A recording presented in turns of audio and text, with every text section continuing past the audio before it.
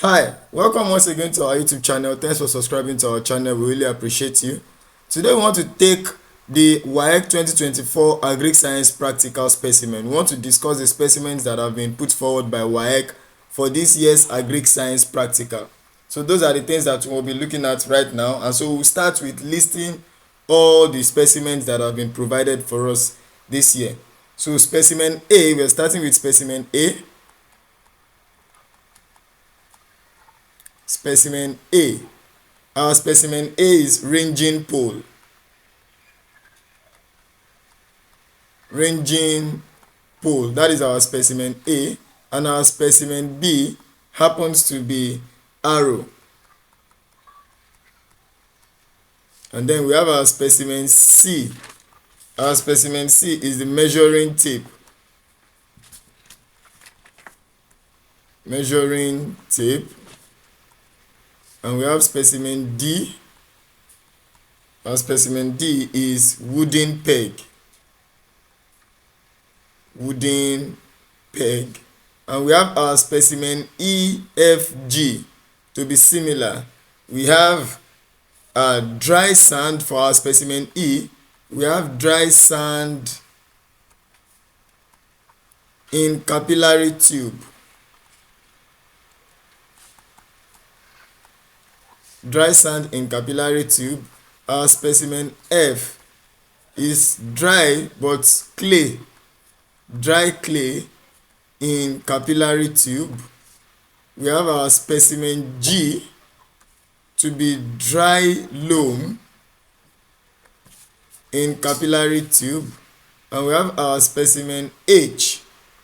Our specimen H is maize weevil. Maize weevil.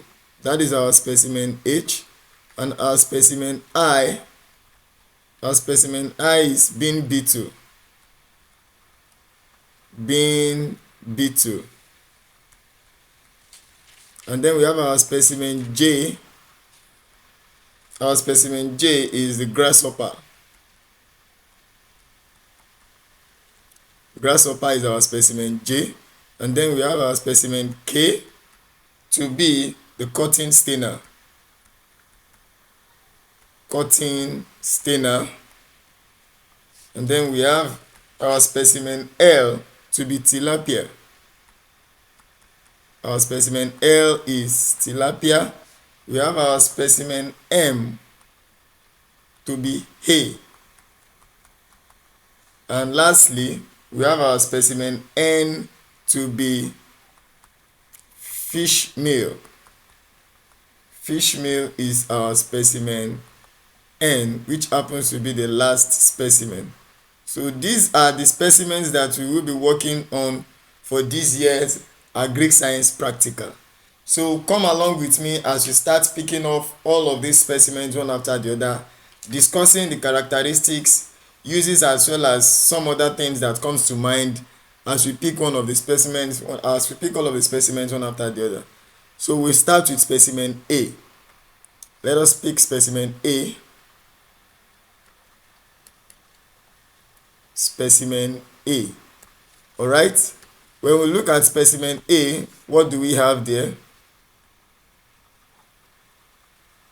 For specimen A, what we have there happens to be the ranging pole. Ranging pole, that is our specimen A. So what is specimen A, which is the ranging pole? Actually, the ranging pole is a survey instrument. The ranging pole is a survey instrument. It is a survey instrument. These poles are made of, they are rod-like in material. These poles are rod-like in material, and usually they have a 3 to 4 centimeter thickness and about 2 to 3 meters. They are about 2 to 3 meters long. I said it is a survey instrument, usually about 3 to 4 centimeters thick, and it has a length of and a length of about 2 to 3 meters. That is how long these ranging poles are. They are usually characterized with several colors. They are usually characterized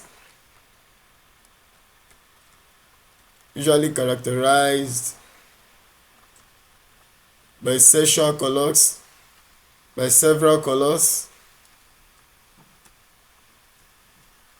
Basically, you have them in red and white. You can also have them to be black and white. So I will show us examples of these materials shortly.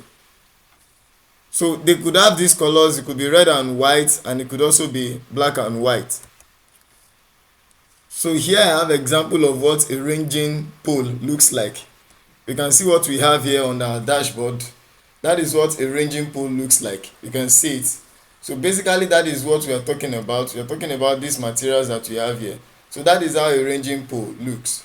We can see that it is characterized with red and white color alternating one another at specific measurements. We can see all of the ranging poles. So that is basically what a ranging pole is. And there are different types. We have some, okay, this is another type.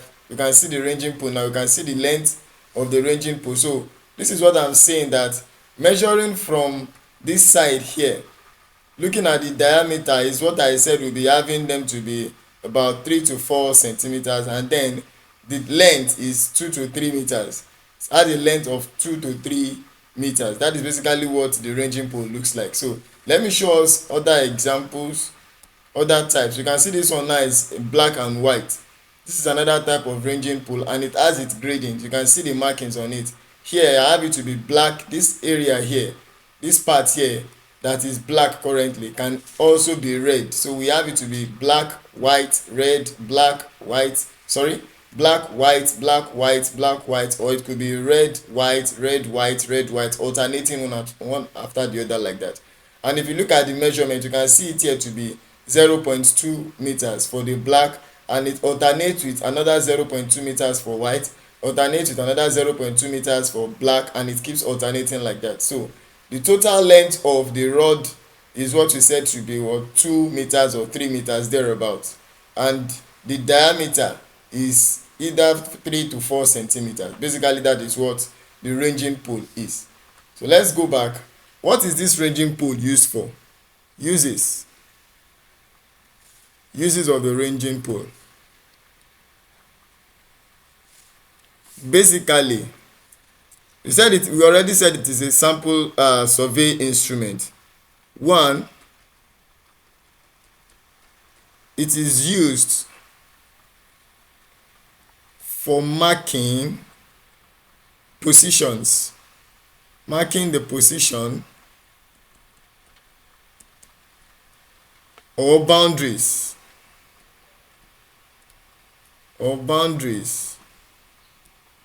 of stations. That is the first use of a ranging pole, and it can also be used for sighting stations. It is also used for sighting. That is for us to be able to see a station from afar, for sighting stations. And thirdly here, I want to say this, that it can also be used for ranging straight lines. It is also used for ranging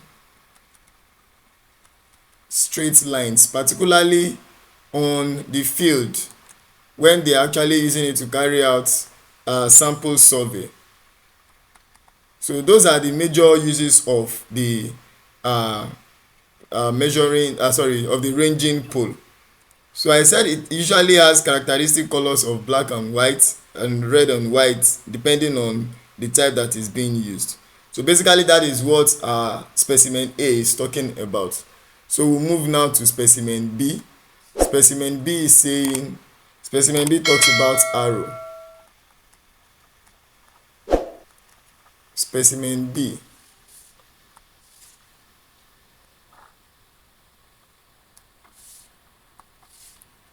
So our specimen B is arrow. So what are arrows?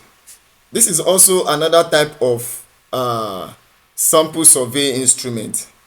It is a special type,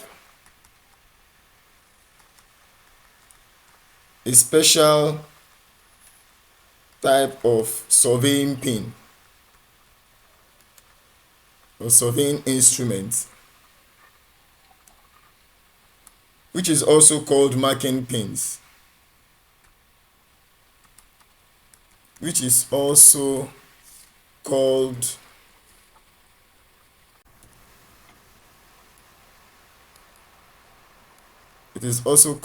marking pins. That is another name for these arrows. I will show us examples shortly. So it can also be called marking pins. So what does it work for? What is it functioning as?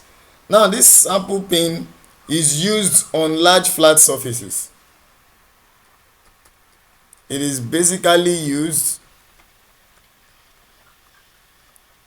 on large flat surfaces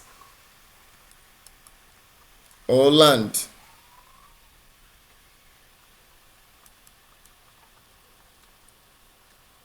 And its function is to mark the end of the chains. To mark the ends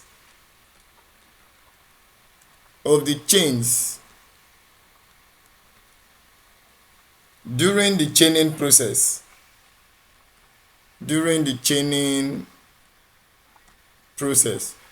Chaining process is actually a sample survey that is done by surveyors. They actually make use of it in measuring land. So when they use the chains to measure the land, they make use of the arrows to pinpoint locations where the chain has gotten to before they extend the chain further. After which they will count the number of displacements that have been done or the number of intersections that have been put down by the arrows or the marking pins. So if they have had about 4 pins on the ground, they will count all of these 4 pins, multiply by the length of the chain. That is what they make use of the arrows for. This is done when a pin is stuck in the ground to find out the length of that land.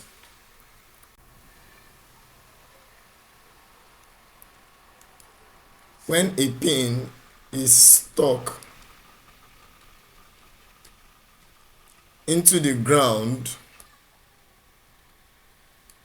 to find out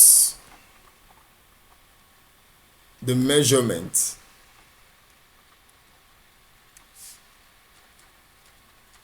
of that piece of land. So basically that is what the arrow is used for. These pins or arrows, they have, let's quickly look at the description now. Description.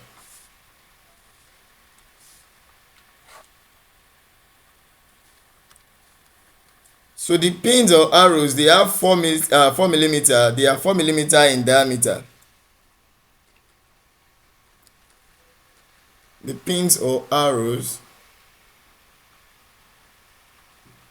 are 4 millimeter in diameter and can be up to 500 millimeter long and can have a length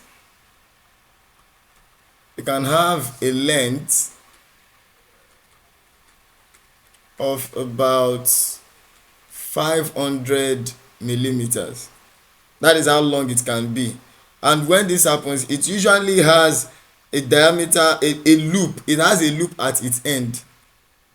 It also has a loop at its end with 50 millimeters in diameter.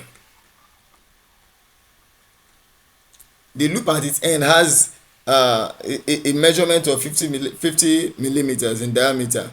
And what is this loop used for? The loop is actually used to hold it. The loop is used to handle the arrows, and also it is used to pick them up quickly and string them together using a wire or cord. So basically that is the function of the loop that we have on it. Let's quickly see the function. Okay, this is an example of an arrow. This is an example of an arrow. We can see the loop here at the tip of it.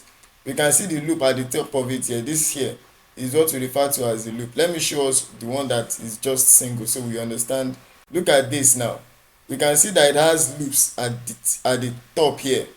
So that is what we refer to as a loop. So with this loop now, we can easily handle the arrow, and we can use these loops now to put them together, to fasten them together. So basically this is what arrow is called, or this is what arrow looks like.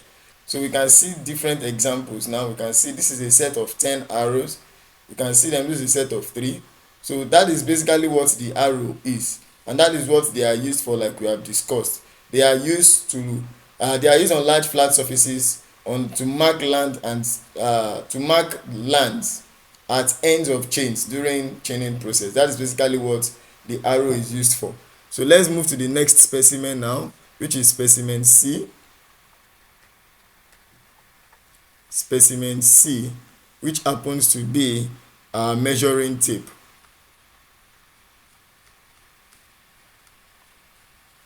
Measuring tape. Now, looking at the measuring tape, we will liken it to our ruler. It is actually a tape that helps to carry out measurement. That is basically what it is. A tape or measuring tape is a handy tool typically used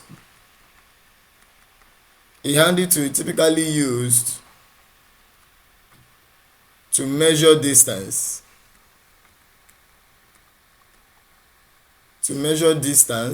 that is to measure length or size. It is like the typical ruler because it is graduated, it is graded like the ruler. So it is like a much longer flexible, okay, let me put it that way. It is a much longer but flexible ruler.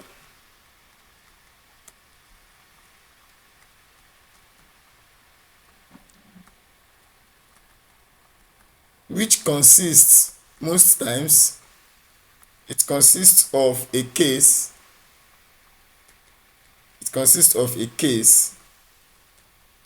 You could have it having a thumb lock.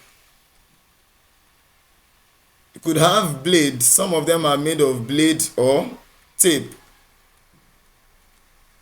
You could also have hook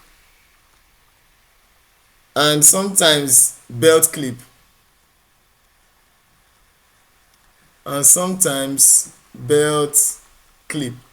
So basically this is what our measuring tape looks like. Let me quickly show us an example.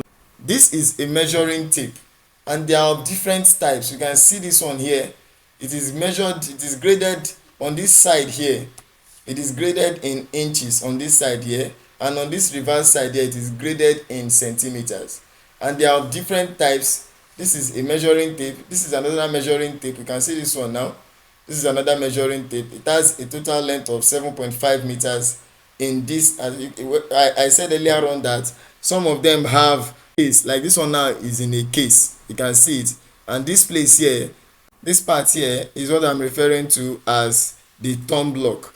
We can use this place to lock the tape from coming in, from coming out of the case. And here we have this place here that is usually the part that is used to pull out the tape from the case.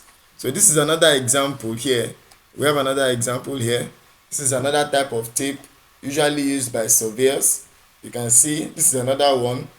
These ones are very very long. This one has a measured range of 50 meters. You can see it's written at this place here. This one can measure up to 50 meters.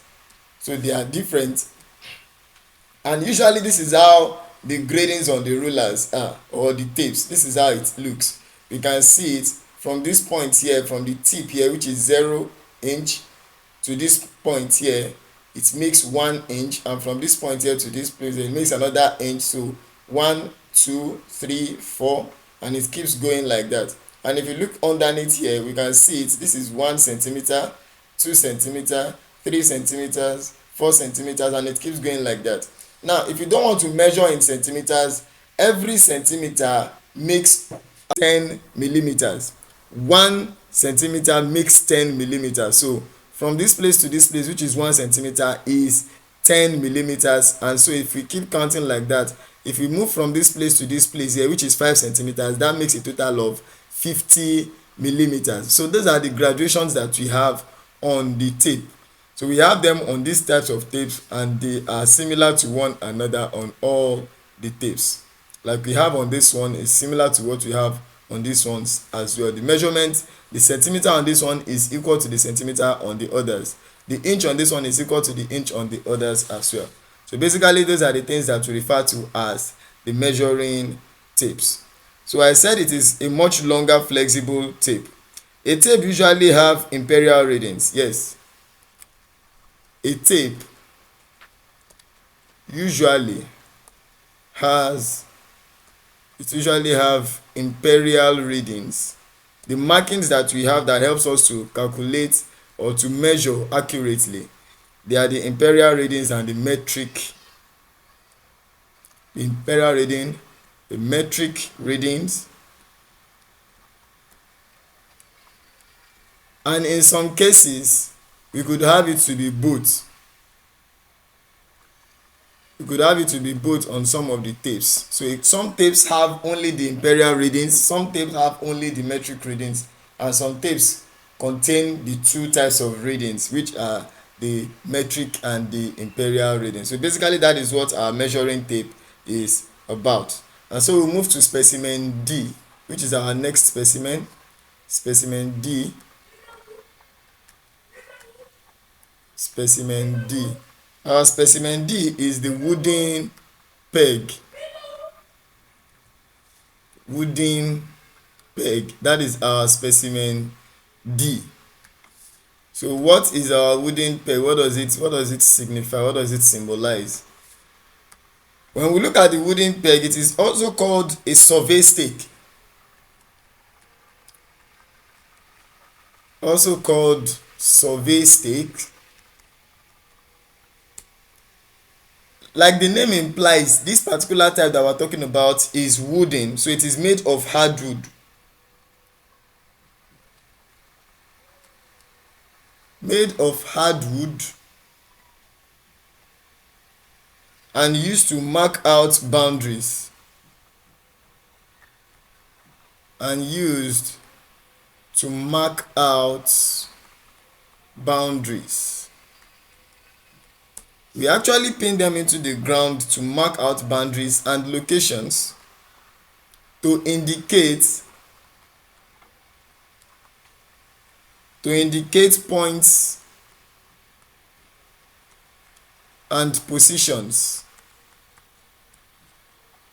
of a site. That is basically what we use the pegs for. So we drive them into the ground to map out locations, so it will be easy for people to see them from a distance. They are usually made of wood. Yes, I have said that earlier on that it is of hardwood. So this particular one we're talking about is the wooden peg. So usually made of wood, but can also come in metals and plastics. It can also come in metal form and in plastic forms. They are usually of different sizes and they have colored tops. They are usually of different sizes with colored tops and having colored tops. Basically, that is what the wooden peg talks about. So this is an example of a wooden peg. We can see this here. This is what a wooden peg looks like. You can see the top of it here that is having red. So we drive this part here into the ground. It is driven into the ground. When we drive it into the ground, it will look more like this. We have it. Okay, this is another example. I said earlier on that it's of different sizes and of different lengths. You can see this one has red marking at the top, while this one here does not have the red marking. So you can see another example here. When it is used on the soil, this is how it looks. You can see this part here with red marking and this place here with red marking. It is driven into the soil. So it helps to mark a distance from this place here to this place. Is a measured distance. And so that is how we make use of the wooden pegs. You can see this is another example now, and this one here is labeled. This is D15. So that is about the specimen D. So now we move to the next specimen, and this is going to be a set. We have specimens E, F, and G. This is dry. We have dry sand.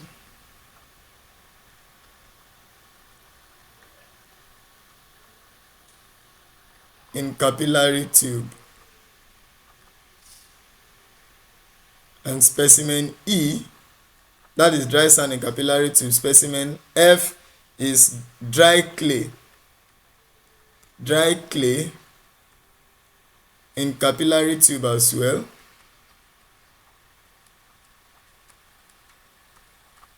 And specimen G happens to be dry loam in capillary tube. So basically what we want to do is we are going to be putting our soil types, our different soil types. We are going to get the soil types, dry soil types of sand, clay, and loam. So we are going to insert them like we have here now. Let me show this to us. Now looking at this now, we have these are capillary tubes. These are different capillary tubes. This is one capillary tube, this is another capillary tube, this is another capillary tube. So at the base here, if you look at it, you see cotton here. So at the base of the capillary tube here, we are going to plug the capillary tubes with cotton wool. So when we plug them with cotton wool, then we add the soil types from top. So in this first soil type, in this particular capillary tube here, they added loam. In this one here, they added sand. And in this one here, they added clay. So that is basically what this particular experiment is looking at. So we will now put all of these three capillary tubes in a trough or a basin of water. And we want to see which of them have the we want to see the level of water retention and porosity in all of the three soil types. Basically, that is what this particular experimental procedure is about. So we want to look at the way and manner which water is traveling in the soil type. So we have sand, clay, and loam. That is basically what we want to look at. So we have our three soil types: dry sand in capillary tube E, dry clay in tube F, and dry loam in tube G. So I'm talking about capillarity. What do we mean by capillarity? Let me quickly put it here. Capillarity is the ability of various soils and rocks to allow water to move through them.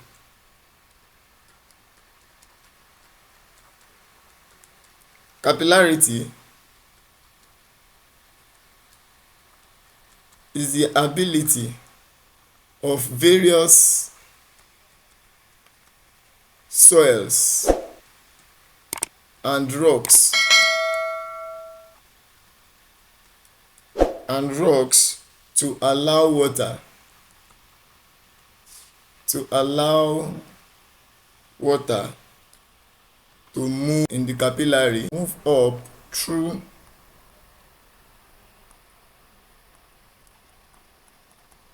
the capillary. It is dependent on the soil types, porosity and permeability. It is dependent on the soil types, the soil types porosity, the porosity of each of the soil types, and the permeability, how permeable these soil types are, is what determines the level of water retention in each of these soil types. This is actually carried out by some forces acting on them. The forces involved in capillarity are gravity. The forces involved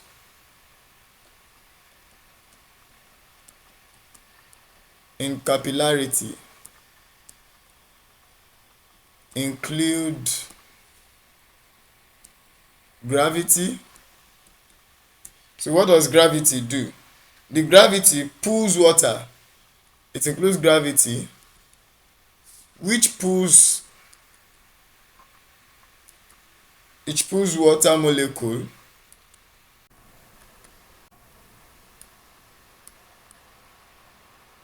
through the soil types.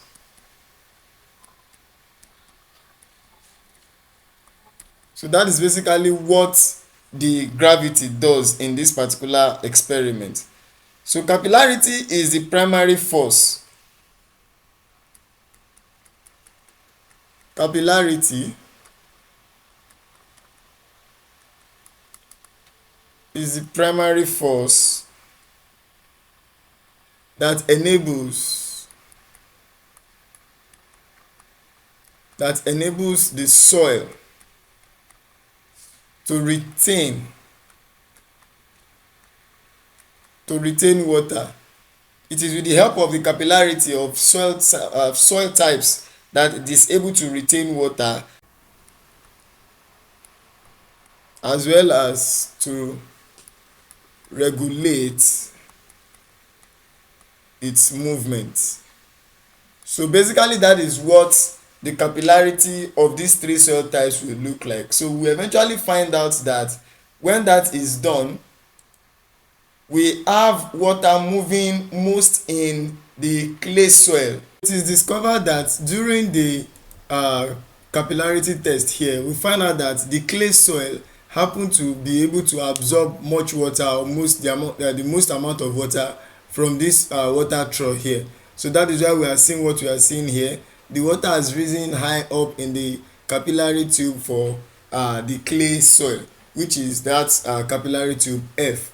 So that of loamy soil is next. It is able to absorb much water compared to sand soil. Sand soil was not able to absorb much water because the particles of sandy soil are not capable of holding or retaining water in them. So clay soil happens to have the highest water retaining capacity, followed by loamy soil, and then sandy soil has the least water retaining capacity. That is what you can see from this experiment. If we look at this second experiment, we will still be able to paint that out as well. From this place here, we see that the clay soil happens to have the highest water retaining ability, followed by the loamy soil, and then the sandy soil is the least of them. So that is what the capillarity test that we're talking about, that is what it is about.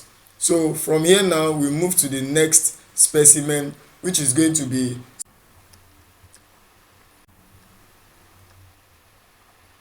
specimen H. So we have the specimen H, like we have said earlier on. Our specimen H happens to be the maize weevil.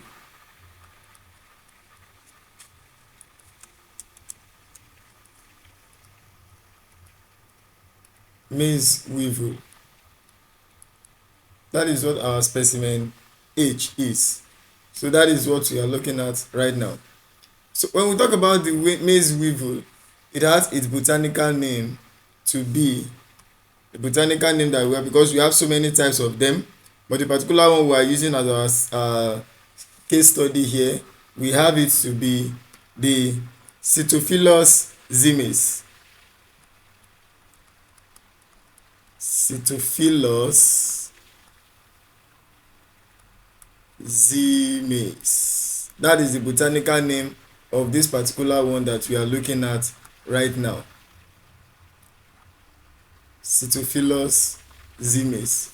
So what is this Cytophilus zimes? We have said that the bean weevil is a species of the beetle, and it attacks and it destroys or it damages both standing crops and stored cereal products. I said it is a species of the beetle. I said it attacks and damages or destroys. It attacks and damages or destroys standing crops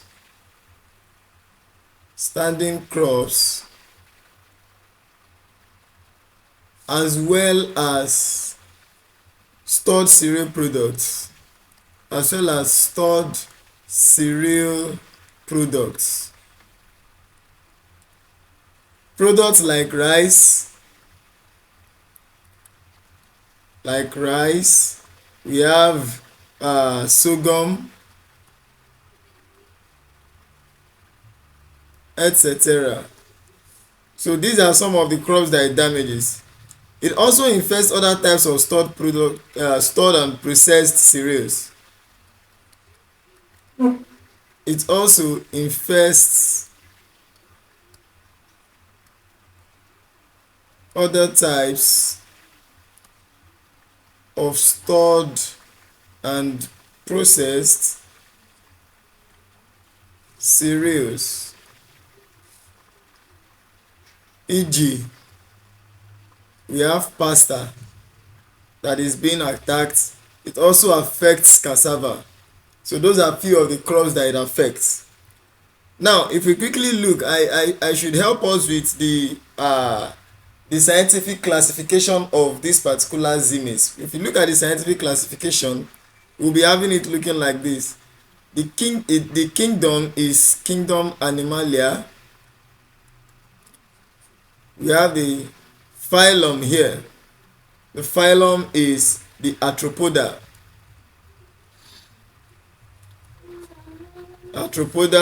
We have the class.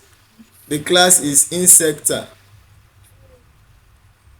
Insecta, and then we have the order to be the Coleoptera, and then we have the family now. The family is the Coculeonidae. We have it to be the Coculeonidae, and then we have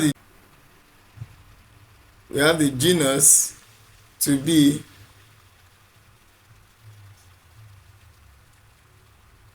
the Cytophilus.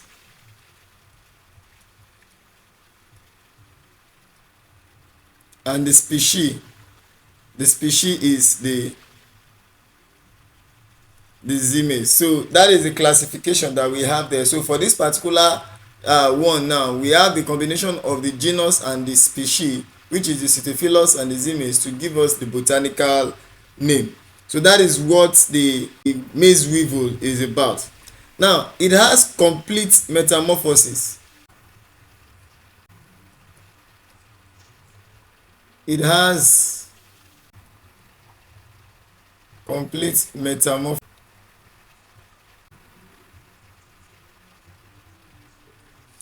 because it moves from egg to larva to pupa and then to the adults. That is the stage of growth that this particular organism or this particular specimen has. So we have the egg maturing in about 36 days, and then we have the adults. Okay, the egg to larva, the egg takes average of 36 days to mature. And then we have the adults, which have the ability to live for up to 5 to 8 months. Adult maize weevil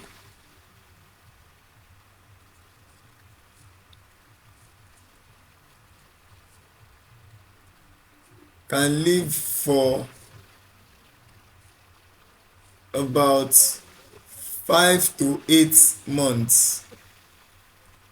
Yes. Now, if you look at the economic importance of this particular specimen is that it is very destructive.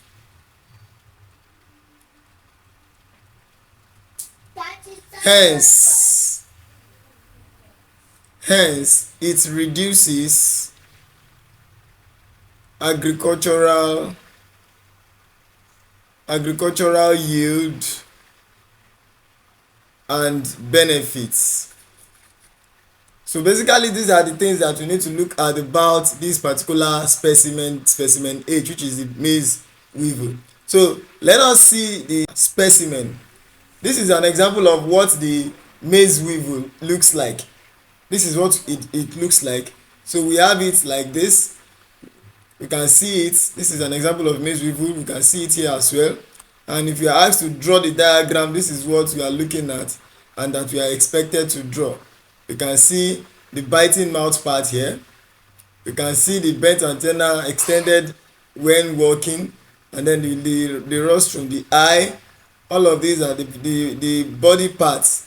Now, let me quickly say this, that it has 4 pairs of walking legs. It has 4 pairs of walking legs. Let me put that here as well.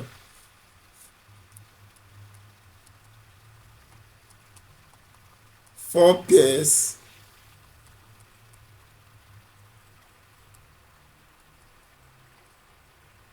of walking legs. So those are the things that we need to look at about specimen H, which is our maize weevil. So we have seen several examples of them now. This is another one here. So we move to the next one, which is specimen I.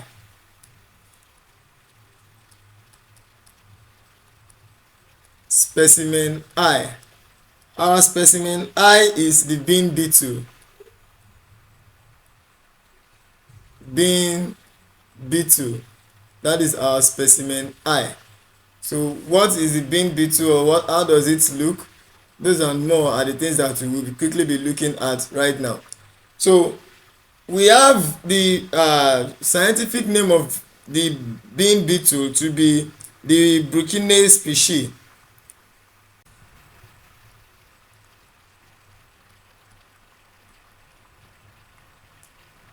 Brucine species. Now, we have several types of bean beetle. We have several types of them, and that is why we will just I will help us to understand or list out a few of the species that we have. But before we go to that, let us quickly look at the classification of this particular organism. So the kingdom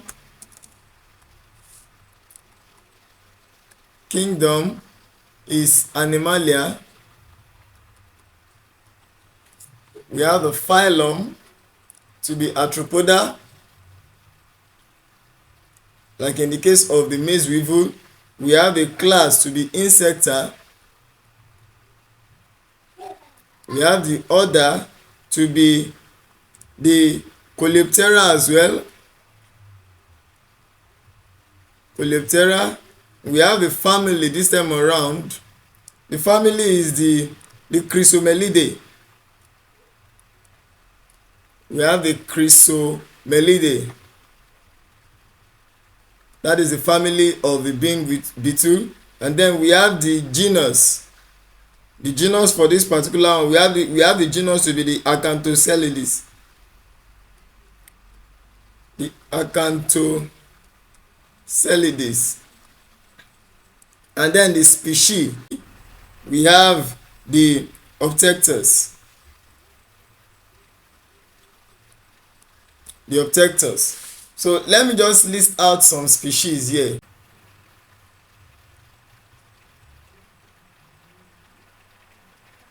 Species 1, we have the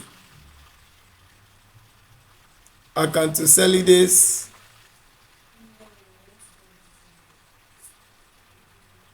Optectus. We also have other ones like we have the Callosobruchus maculatus.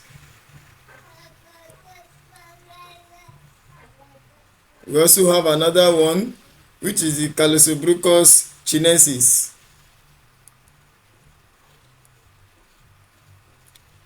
So these are some of the species that we have for the bean beetle. So continuing our study, we have this bean beetle primarily feeding on seeds of common beans. They primarily feed on seeds of common bean.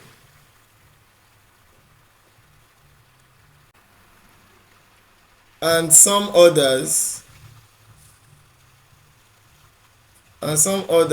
like the pea, they feed on the pea as well as major legumes. They are pests of legumes. They are pests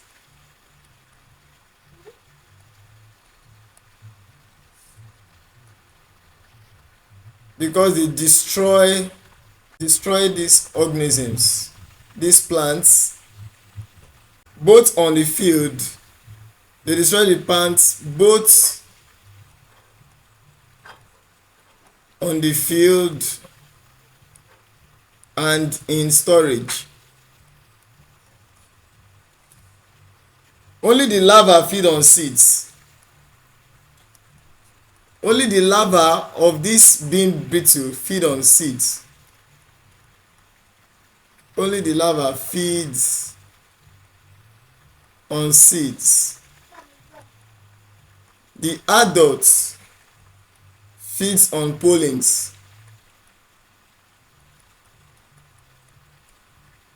The adult feeds on pollens. Now, if we look at how productive they are, we have a single female which has the ability to lay up to 300 eggs.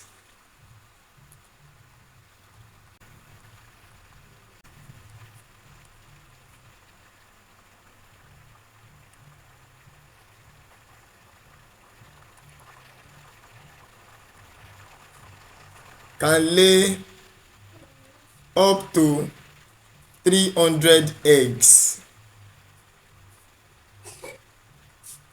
in its life. That is how productive they are. It also has complete metamorphosis. Also has complete metamorphosis. So if we look at the bean beetle, these are some of the points, or these are some of the things that we need to know. This is an example of what it looks like. So it has 3 pairs of working legs. We can see one, and this is the second one, and this one here is the third one. Those are the working legs that we have for this particular organism. If we look at it here now, so we can see the labeled diagram here. So this is how the label diagram of the bean beetle looks. So that is specimen I. So if you look at the metamorphosis, this is how the metamorphosis is. From the eggs which are laid by the adult, it matures into young larva and then to full grown larva before it develops into the pupa state before becoming an adult. So that is about specimen I. So next we move to specimen J. We are moving to specimen J, which happens to be the grasshopper. Our specimen J is grasshopper. So our specimen J now, we said our specimen J is grasshopper, so that is what we want to talk about now. So what is the grasshopper? The scientific name of grasshopper is what I'm putting down here now. We have it to be Melanopus differentialis. Melanopus differentialis, but we have the general species, we have it to be the Calliferous species. So let me put that here, the Calliferous species.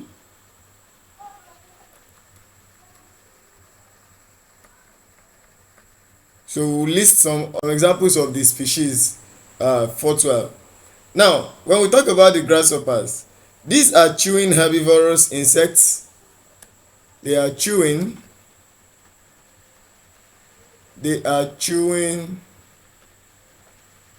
herbivorous insects.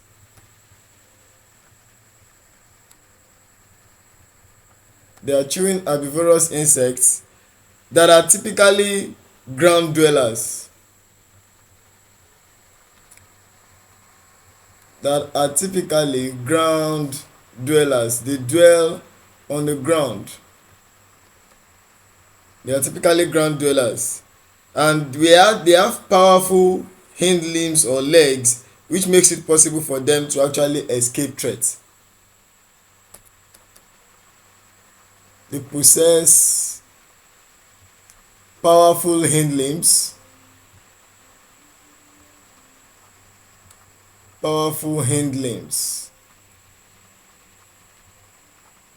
legs, which makes it possible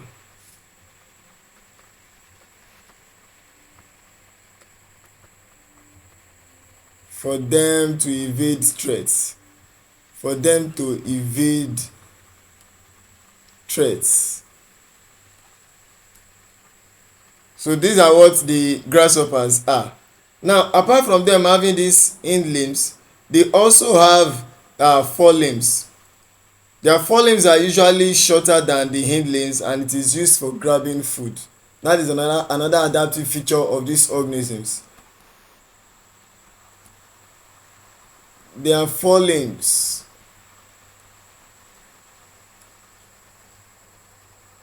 the hands, are usually shorter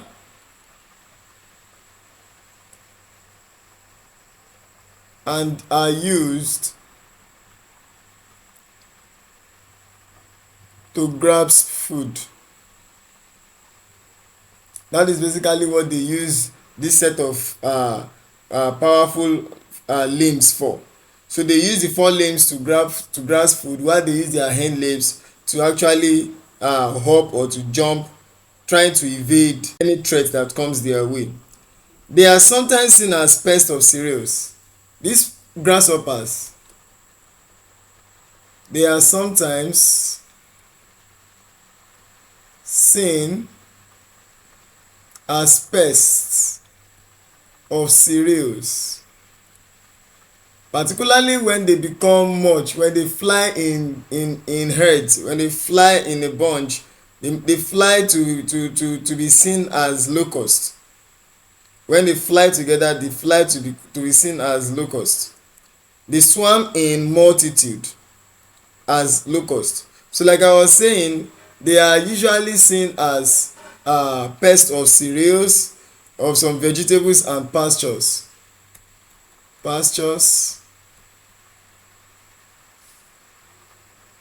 and vegetables. So let me quickly list their classification here. Let me put their classification here. The kingdom, they are actually Animalia. Then the phylum, we have them to be arthropoda, and then we have the class. The class is insecta. The order this time around is the we have the order to be Orthoptera.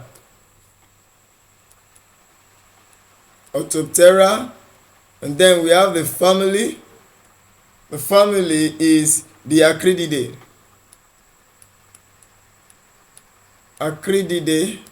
And then we have the genus. The genus is Homocestus. And then we have the species. This particular one, the species is the Viridulus. So some species that we can talk about, species, when we look at some examples of the species, like I said earlier on, we have the, okay, let me just start with this one. We have the Melanopus differentialis. The Melanopus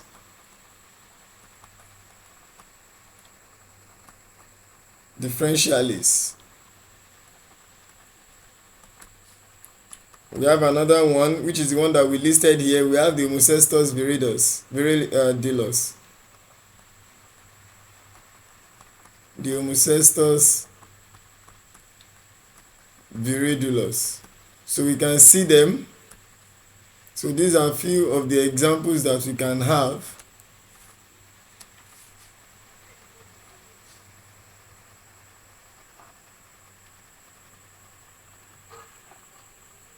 You can see them. So these are some of the examples of the species of grasshopper. So like I said, when they swarm in multitude, they are seen as locusts.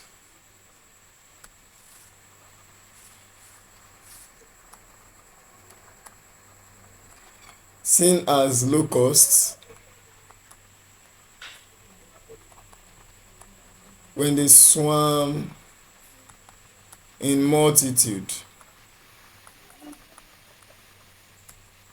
So these are some of the things that we need to understand about them. They protect themselves from predators, oftentimes with what we refer to as camouflage. They are able to camouflage themselves to protect themselves, hiding away from invaders or predators.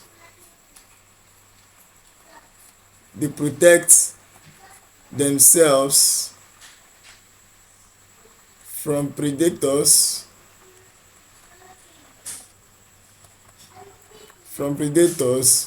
by camouflage. And we usually have these ones, they carry out incomplete metamorphosis. They have incomplete metamorphosis. So that means it starts from egg to nymph, and then to the adults. So that is what the incomplete metamorphosis is like. So that is basically what you need to understand about the grasshopper. So talking about the grasshoppers, see what we have here. Let me just show us example. This is an example of a grasshopper. We can see it. So this is an example of a grasshopper. We can see the powerful hind limbs, and we can see the forelimb here that is used to grasp food. So this is an example of a grasshopper. Let me show us another example of the grasshopper. So this is another example of a grasshopper. We can see it, and it looks like a locust. So we can see the hind limb there now. That is what the hind limbs look like. So they have 3 pairs of working legs. This particular set of organisms, they have 3 pairs of working legs. So this is a labeled grasshopper. We can see it. Peradventure you are told to draw and label. You can see it has the simple eye and the compound eye. This is the simple eye here. The simple eye is here. And then we have the compound eye. It has the antenna as well. And then the mouth part where we have the mandible and the maxillae. And then here we have the forelimb. You can see the forelimb here that is used in grasping food. Now, these are the hind limbs, this one here and this one here, and then it has wings. So this is the abdominal region of the grasshopper. So basically that is what the grasshopper looks like. So if you are told to draw, we know how to draw it now and how to label the grasshopper. So basically that is what we need to understand about the grasshopper.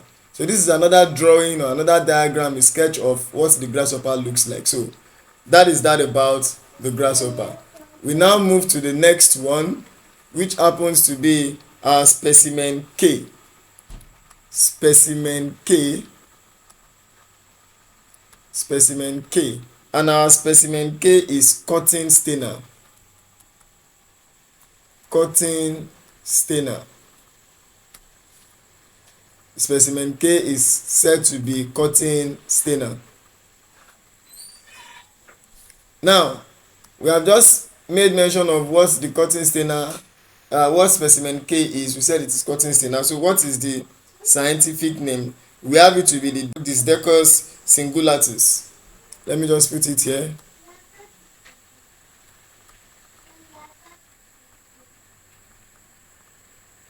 Disdecus singulatus. So that is the scientific or the botanic name, the zoological name of this organism, the scientific name. So let us see what we have to talk about under the cotton stainer. Let me quickly talk about the classification. Talking about the classification, we have it to be an animal, so it is from kingdom Animalia. And then the phylum, it is also an arthropod, so it is Arthropoda. We have a class to be the Insecta. And then the order, we have the order here for this particular one to be Hemiptera. Hemiptera. We have the family. The family is the Pyrrhochordida. We have the family to be Pyrrhochorida.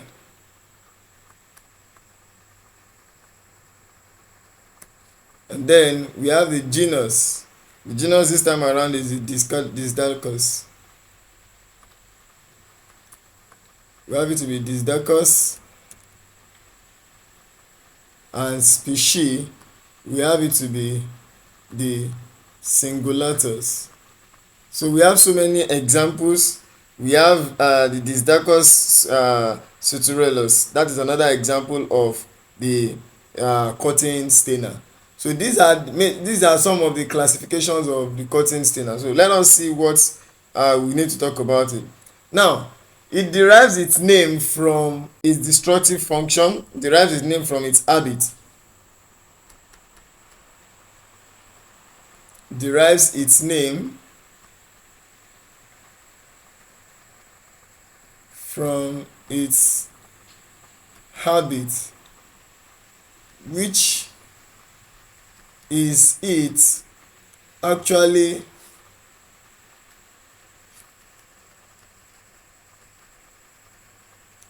staining cotton.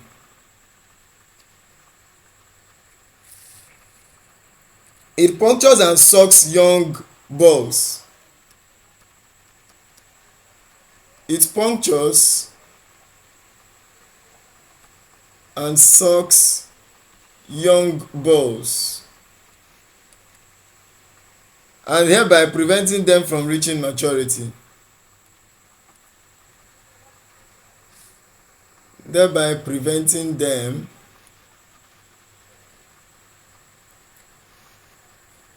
from reaching maturity. When this happens, we will discover that the oil in the cotton will be reduced, as well as the viability of the seeds. The viability of the seeds also reduces. So those are some of the destructive effects of the cotton stainer on the cotton.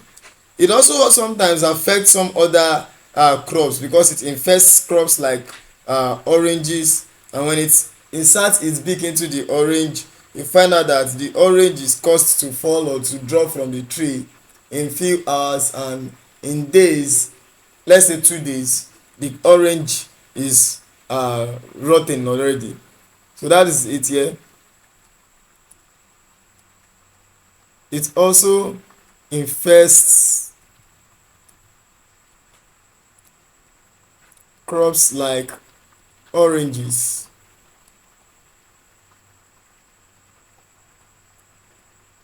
by inserting its mouth part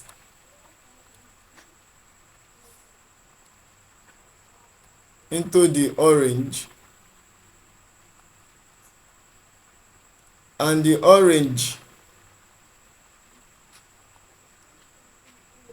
orange drops in few hours. The orange drops in few hours and is made to decay in 1 to 2 days. So these are some of the actions of the cotton stainer. For the species that I made mention of earlier on, let's quickly see some of the species that we have. For the species, we have the Disdocus singulatus, like I made mention of, the one that we have up here, and another one we have the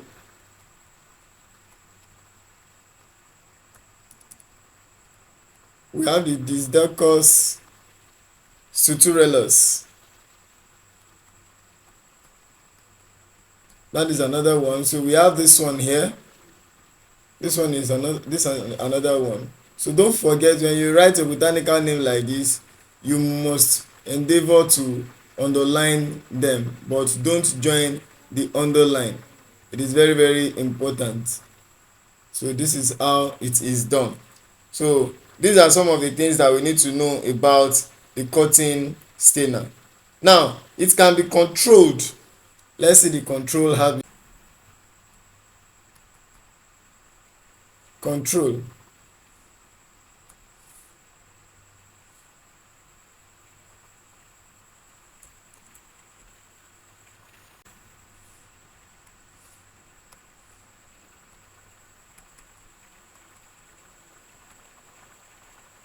It can be controlled by actually spraying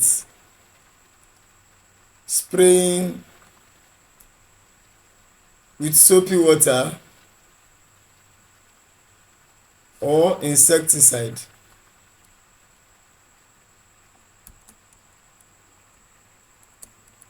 You can control it by spraying it with soapy water or insecticide. It also has incomplete metamorphosis. Like the grasshopper that we made mention of earlier on. So let us see example of what we have. This here. This is what the cotton stainer looks like. You can see the cotton stainer here. So this is another example of a cotton stainer, a labeled cotton stainer. So we can see it. It has its antenna on the head here. It has the compound eye. It has the stylet, the proboscis, which is used for sucking nectars and food materials. And we have the labium folded here. The labium here is folded. It has the forewing, the abdomen, and the rest of those. So this is how the cotton stainer looks like. So we move to the next specimen now, which is specimen L. Specimen L, and our specimen L is tilapia. Specimen L is tilapia. So if you look at that of tilapia, we find it having its own botanical name, or scientific name rather, its own scientific name as well. So let us see what its scientific name looks like. Its scientific name is Tilapia spermani. Tilapia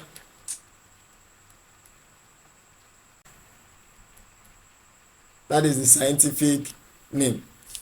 So okay, let us quickly look at its classification. It is animal, so it is kingdom Animalia. And then the phylum, it is a chordata. And then the class. We have the class there to be the actinopterygial.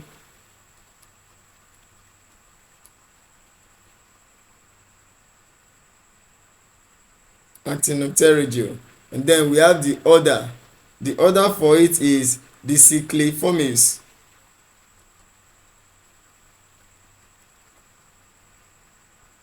The Cycliformes. We have the family. The family is the Cichlidae. And then the genus there is Tilapia. And the species is the Spermani. So that is how the classification looks like. So moving further now, tilapia is a freshwater organism. It is a freshwater organism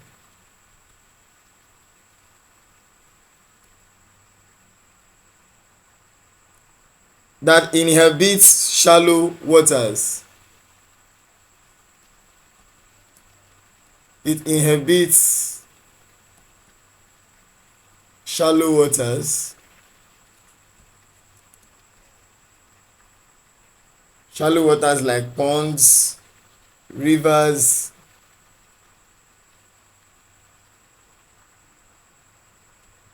etc. You rarely find it in brackish water or in salt water. They are not usually found in brackish water or salt water. And oftentimes this is as a result of the fact that they do not survive much with extreme cold. They don't survive in extreme cold because they are suitably found in warm waters. They are usually found in warm waters. They can live up to 10 years. Can live up to 10 years and can weigh up to 10 pounds.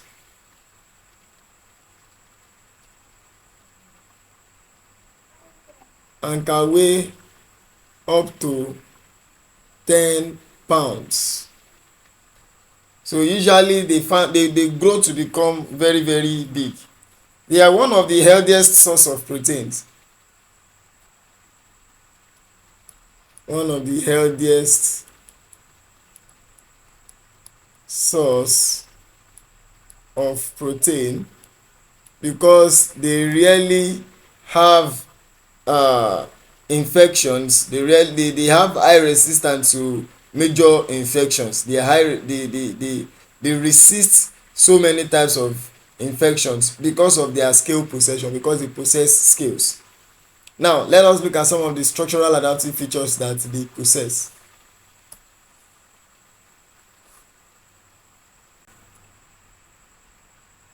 Gill system that they make use for respiration. They have streamlined bodies. Streamlined bodies. They have scales. They have fins. The scales are there to protect their body. They have fins that also makes it possible for them to actually carry out movement. And these fins, the fins on them, they are of different types. You have the lateral fin, the dorsal fin. Okay, let me just put them here. Lateral, we have the dorsal, we have the ventral, we also have the pectoral. All of these are the types of fins that these fishes have. So I said they make use of the gill system for respiration. Okay, they have high resistance to diseases. I've said that earlier on. They go very fast, and their diet, the diet off rapidly, feeding on. They feed on algae and zooplanktons.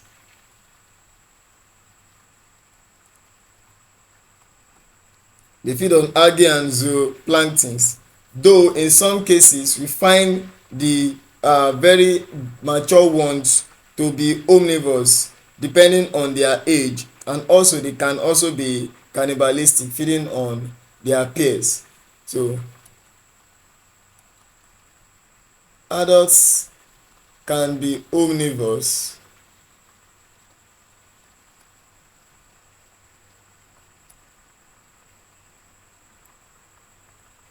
and also cannibalistic. So that is about the tilapia fish. So this is an example of what we are talking about. This is how the tilapia fish looks like. So we have these are other examples of tilapia fish. So in case you are told to draw it, this is how the diagram will look. We can see here now that you have the dorsal fin here. We can see the dorsal fins. We can see here that it has the pelvic fins. These are the pelvic fins, and here it has the pectoral fins. At the tail here it has the caudal fins.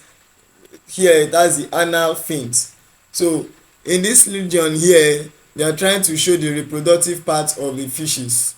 This is how it is going to look if it were to be the male, and it will look like this if it is the female. So that is the labeled diagram of the tilapia fish.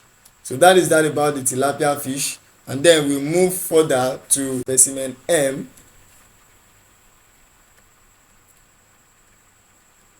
Specimen M, that is hay.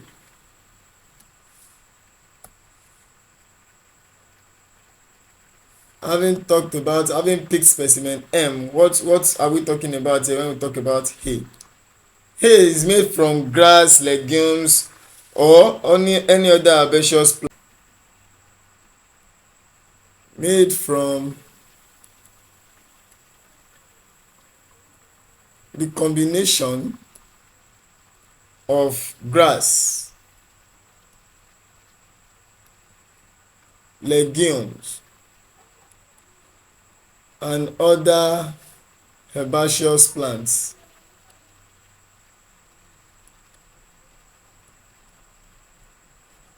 Made from grass, legumes, and other herbaceous plants, and you usually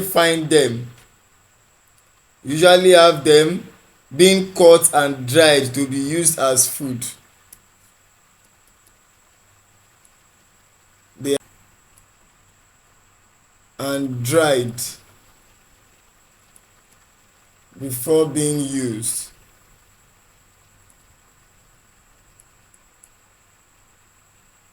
as fodder,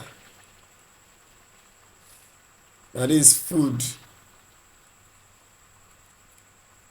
for livestock like cattle, e.g. cattle, we have the sheep, etc. So that is basically what they are used for. Some other smaller domestic animals also feed on hay. It is used as fodder, like I said earlier on, for animals, particularly when these animals do not go out to graze, or when there is no enough food or pasture for these animals to feed on. So the major processes that we have for producing hay,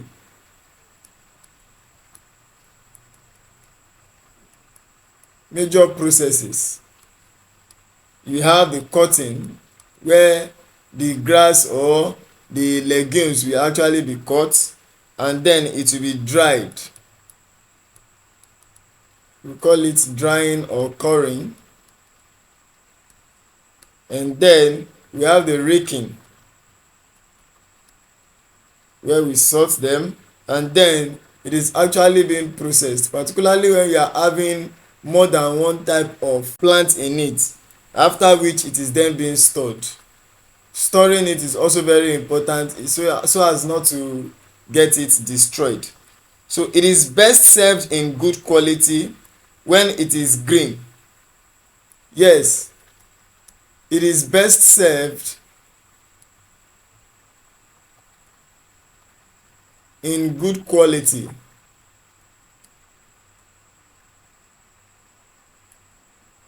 when the plant or the leaves are still green. It should not be too coarse and include plant heads, leaves, and stems.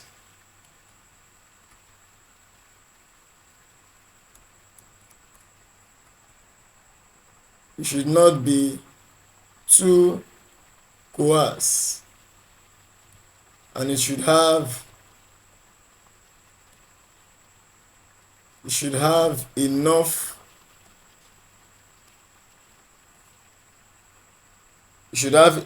leaves, heads, and stems in it. So these are some of the things that we need to know about hay. It is actually good for plants. This is what hay looks like. You can see it here. This is another one that is basically not very the processing has not caused it to become very dried. It is not yet dried yet, so that is what we have there. You can see it looking like this.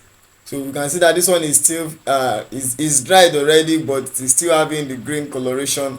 So this is the type that is usually very good for feeding animals, so they will be able to acquire enough nutrients from it. We also have some other types. Let me just show us. This is another type of hay. So all of these are used to feed livestock. So that is that about specimen M. And lastly, we have specimen N. Specimen N. And that is talking about the fish meal. The fish meal.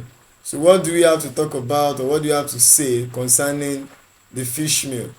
Looking at the fish meal now, what we basically want to look at is what it is made of. Sometimes it is called, we sometimes call it the fish protein concentrate. It is also called the fish protein concentrate because it is richly endowed with proteins. Fish meal made from large catch of fish, usually made from large catch of fishes. These fish products are usually used, the byproduct of fish, they are used to feed farm animals.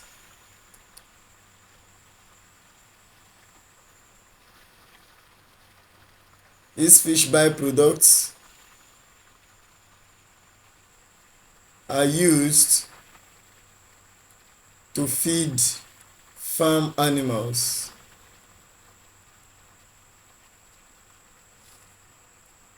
Example of the animals that they are used to feed feeding is we have the pigs, we have the poultry.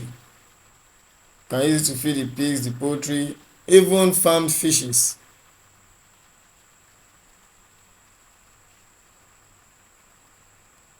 And farmed fishes.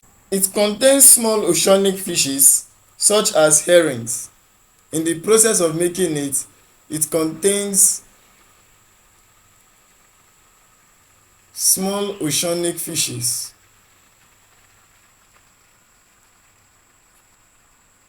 such as herrings,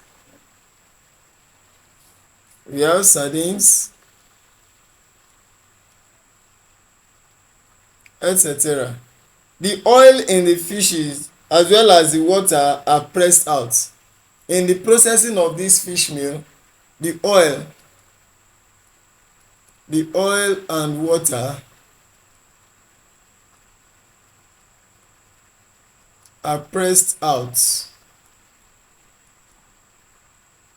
And after that is done, the remaining solids are cooked and then pulverized into a meal.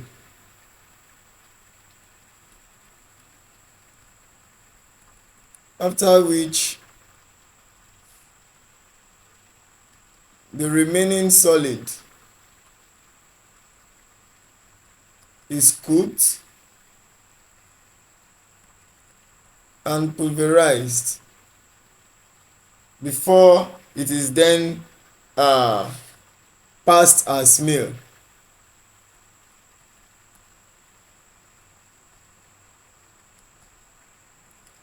Fish meal is also fit for humans. Yes, humans also feed on fish meals. fish meal is also important to humans.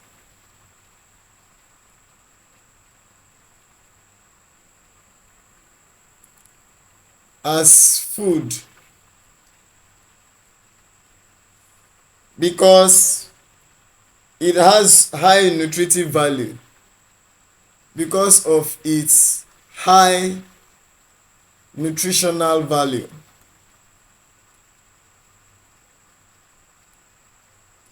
Because of its high nutritional value.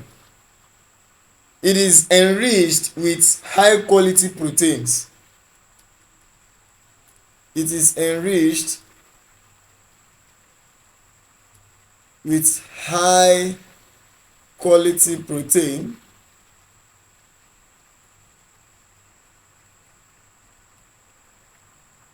some essential amino acids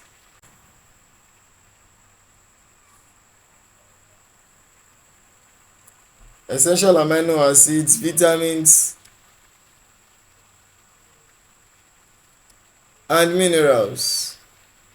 So these are some of the things that this fish meal is rich in, and they are all beneficial to man as well as any other organism that feeds on them. So these are the things that we need to know about the fish meal, what it is made of and how it is being produced, and then what it is being used for. So this is an example of what fish meal looks like. You can see after it has been squeezed out, the oil in it has been squeezed out, the water in it has been squeezed out, and then the remainder is being cooked. So this is the resultant. We have other examples. Let me show us. This is another example of fish meal. You can see it. This is another example of fish meal. We have other examples. This is another example of fish meal. So all of these are actually being cooked to get what this fish meal looks like, and it is rich in minerals, it is rich in vitamins, proteins, amino acids, and the rest of those. So basically those are the requirements and the benefits of fish meal. So now we have come to the end of this particular session. So we will require us to go through all that has been said, so we get ourselves familiar with all that we have discussed. So like we said, these are the specimens and we have discussed them one after the other.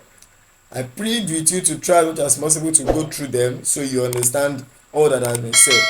Peradventure you have any question, you are free to drop them in the comment section below, and we will do well to get back to you on them as soon as possible.